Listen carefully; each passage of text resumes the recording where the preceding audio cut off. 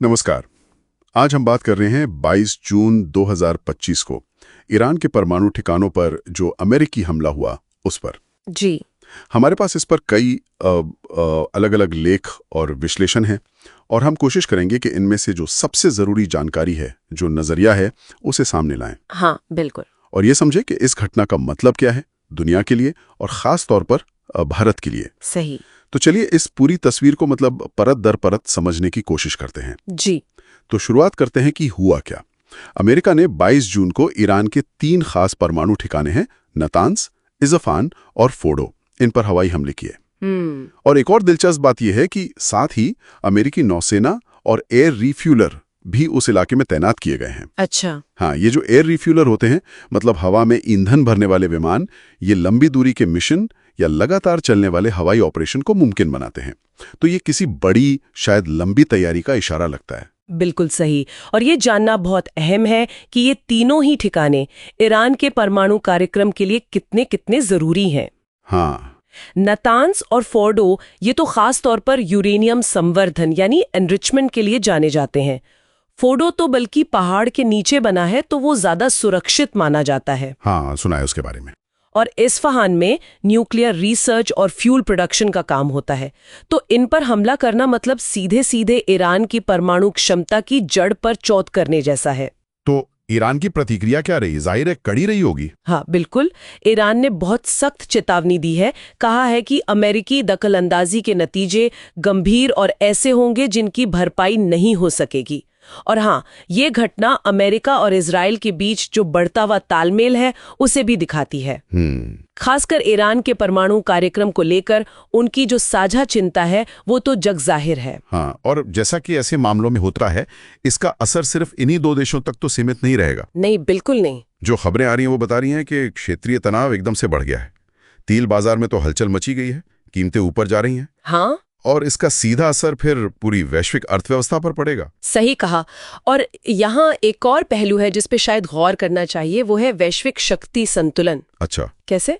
देखिए, एक विश्लेषण जो हमने देखा उसमें ये बात कही गई है कि जैसे ही अमेरिका का पूरा ध्यान मध्य पूर्व पर जाता है तो रूस और चीन जैसे देशों को ईरान के साथ अपने संबंध और गहरे करने का एक मौका मिल सकता है। ये दिलचस्प है। और ये सिर्फ कोई राजनीतिक बयानबाजी नहीं होगी।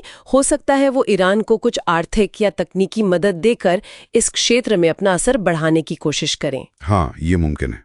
एक संभावना ये भी जताई गई है जो थोड़ी दूर की कौड़ी लगती है कि चीन इसे डॉलर के बजाय दूसरी करेंसी में तेल व्यापार बढ़ाने के मौके की तरह भी देख सकता है। ये सब उस बड़ी ग्लोबल खींचतान का हिस्सा है। हाँ, समझ रहा हूँ। तो अगर हम अमेरिकी नजरिए से देखें तो इस कदम का फायदा क्या बताया जा रहा है? पहला तो जाहिर है ईरान को परमाणु हथियार बनाने से रोकना या कम से कम उसकी रफ्तार बहुत धीमी कर देना। जी। और इसमें अमेरिका और इजराइल एक साथ खड़े दिख रहे हैं। हाँ, ये तो उनका घोषित लक्ष्य है, लेकिन इसके जोखिम शायद फायदों से कहीं ज्यादा बड़े हो सकते हैं। जैसे कि सबसे बड़ा डर तो यही है कि ये मामला कहीं एक बड़े युद्ध में न बदल जाए।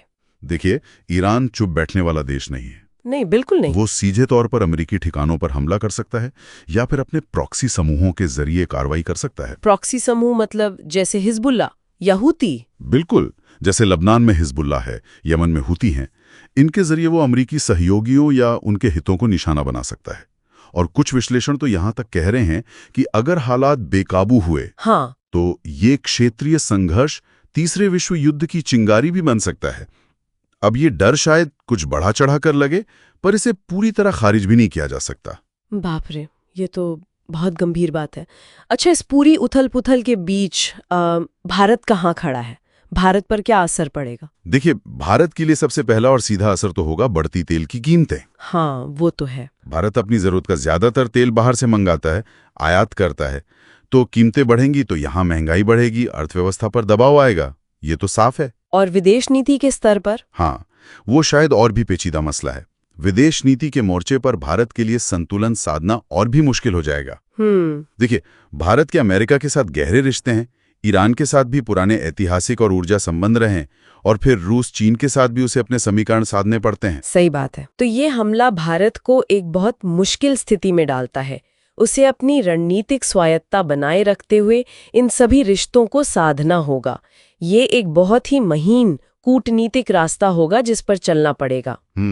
तो एक सवाल जो सबके मन में होगा, क्या ये हमला किसी तरह से तनाव कम करेगा? क्या इससे मतलब युद्ध रुकने की कोई उम्मीद बनती है? देखिए, ज्यादातर विश्लेषक जो हमारे स्रोतों में शामिल हैं, वो तो यही मानते हैं कि इसकी उम्मीद बहुत कम है। अच्छा।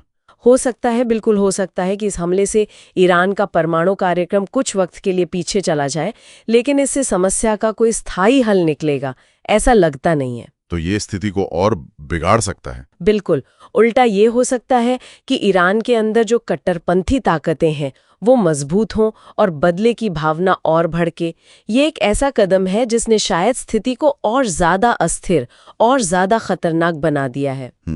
कूटनीति का रास्ता तो अब और भी धुंधला नजर आ रहा है। तो कुल मिलाकर बात यह है कि अमेरिका के इस कदम से ईरान के परमाणु कार्यक्रम पर दबाव तो बना है, लेकिन इससे न तो कोई शांति की गारंटी मिल रही है और न ही युद्ध खत्म होने की। बिल्कुल, बल्कि इसने कई नए राजनीतिक, आर्थिक और सैन्य जोखिम खड़े कर दिए हैं, और इनका असर सिर्फ मध्य पूर्व तक नहीं रहेगा, बल्कि भारत समेत पूरी दुनिया इसे महसूस करेगी। हाँ, ये एक ऐसा मोड़ है जहां अब हर अगला कदम बहुत ज्यादा सोच समझकर उठाना होगा। और यहीं पे शायद हम अपने सुनने वालों के लिए एक सोचने वाली बात छोड़ सकते हैं। क्या ऐसे जटिल और संवेदनशील मामलों में सैन्य हस्तक्षेप, क्या ये वाकई स्थायी शांति ला पाता है? या फिर ये अनजाने में कहीं और बड़े, ज्यादा विनाशकारी संघर्षों की जमीन तो तैयार नहीं कर देता?